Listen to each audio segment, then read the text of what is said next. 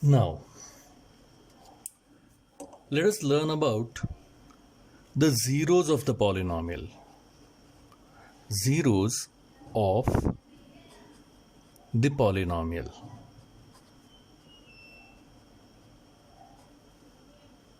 Now, what do we mean by zeros of a polynomial? Zeros means the value of x at which the value of the whole polynomial becomes zero. इसका मतलब ये कि मैं तुमको एक example देता हूँ, उससे पता चलेगा कि जीरोज ऑफ अ पॉलिनोमियल का मतलब क्या होता है.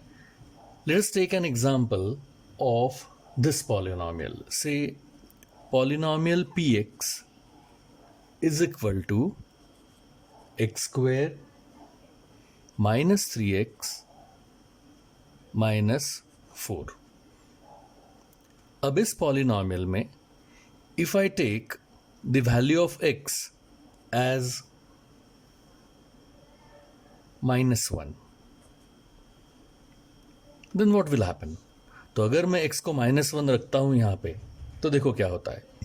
p x की जगह हम क्या बोलेंगे, -1 is equal to -1 square -3 into -1 -4. So -1 का स्क्वायर क्या हो जाएगा, 1, बिकॉज नेगेटिव नंबर का स्क्वायर हमेशा पॉजिटिव होता है. Then -3 into -1 is minus plus, so 3 1 ज़ा 3 -4.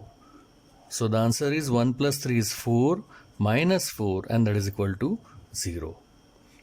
This means जब मैं x को -1 रखता हूँ इस पॉलिनोमियल में, तो सॉल्व करने के बाद मुझे उस पॉलिनोमियल की वैल्यू 0 मिलती है. So therefore I can say that the zero of this polynomial is -1.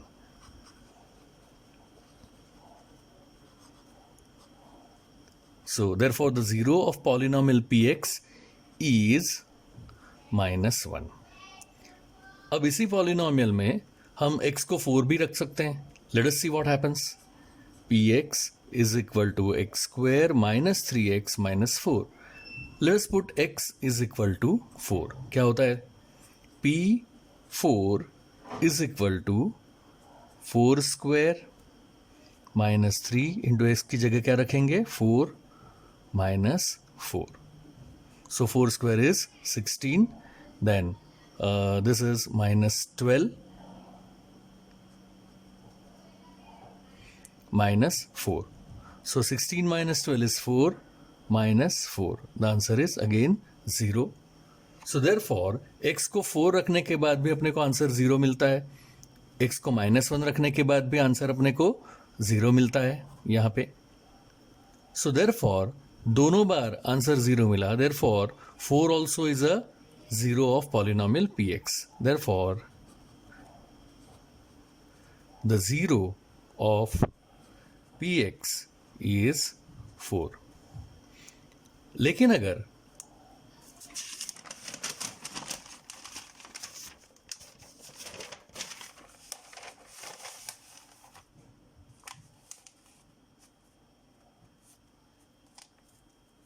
मैं वही पॉलिनोमियल दोबारा लेता हूं, px is equal to x square minus 3x minus 4, और यहां पे if I put x is equal to say 3, then what will happen? Let us see. p3 is equal to 3 square minus 3 into 3 minus 4. 3 square is 9 minus 9 minus 4. So the answer is -4, which is not equal to 0. That means जब मैं इस polynomial में x की value 3 लिखता हूं तो मुझे answer 0 मिलता नहीं है. And therefore 3 is not a zero of polynomial px. So अगर मुझे आंसर 0 मिले तो ही वो जीरोज होता है उस पॉलिनोमियल का. अगर कोई और आंसर मिला then that value is not the zero of the polynomial of that particular polynomial. तो ये हुआ जीरो. जीरो का दूसरा नाम सॉल्यूशन भी है. We can say that what is the solution of this polynomial, तो 3 है.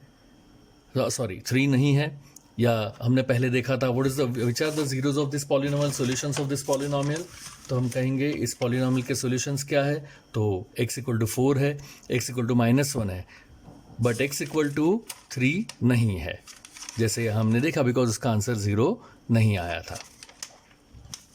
Okay, now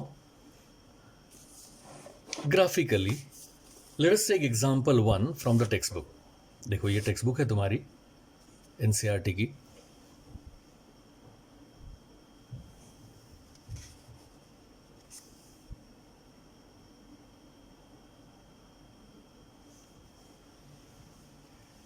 Now this is example 1. Graphs are given. From these graphs we are supposed to find the zeros of the polynomial. Graphs को देख के अपने को बताना है कि भाई कितने जीरोज है, 1 है, 2 है, 3 है, 4 है, क्या है. Let us take first example. देखो बहुत सिंपल है. फर्स्ट एग्जांपल, यहाँ पे इस ग्राफ में हमारा जो ग्राफ है वो ये रहा, ये वाली ये लाइन जो है ये हमारा ग्राफ है.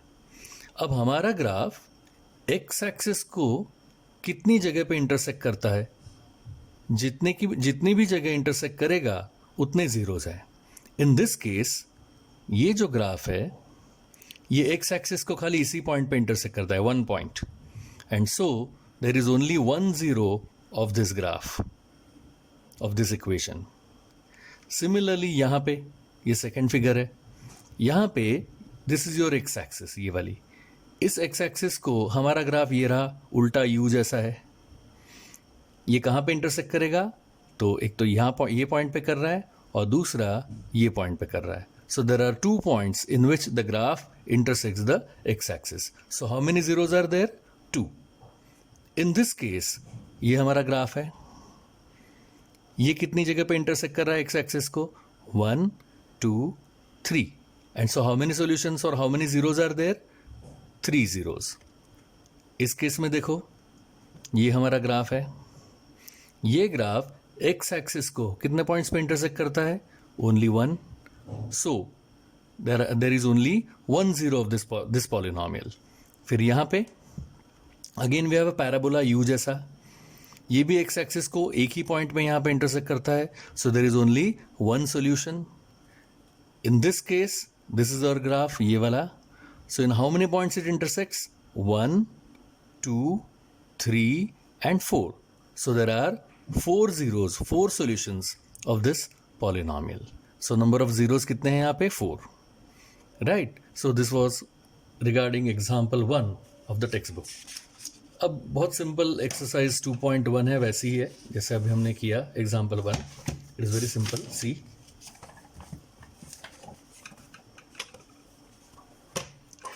सेम वही पूछा है, graphs are given, how many zeros are there, we are suppose to tell. देखो this is the, in this first case this is the graph, ये ऊपर है ना ये वाला. Now this graph does not intersect the x axis. X axis ये नीचे है, ये वाली, पहले हमारा ग्राफ ऊपर है, बिल्कुल पैरेलल है एक्स एक्सिस से. So it does not intersect the x axis. So how many zeros are there, no zeros, because the graph does not intersect the x-axis. अब ये सेकेंड वाला देखो, यहाँ पे ये हमारा ग्राफ है, it intersects the x-axis at how many points, only 1 point, so it has how many zeros, only 1 zero. अब ये थर्ड केस है, ध्यान देना यहाँ पे. in this third case this is our graph, ये वाला, it intersects the x-axis at how many points, 1, 2 and 3. So how many zeros are there, 3 zeros. Then ये केस में देखो यहाँ पे our graph is a parabola like this.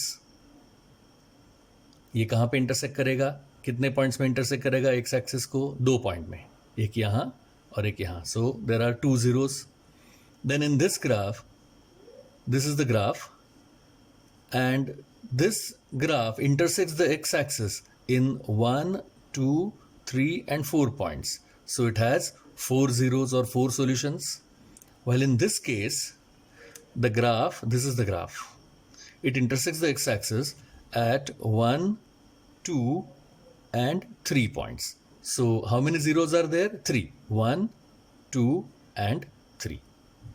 बस ये simple 2.1 exercise है, और इसके बाद आगे का जो है वो मैं नेक्स्ट लेक्चर में लेता हूँ.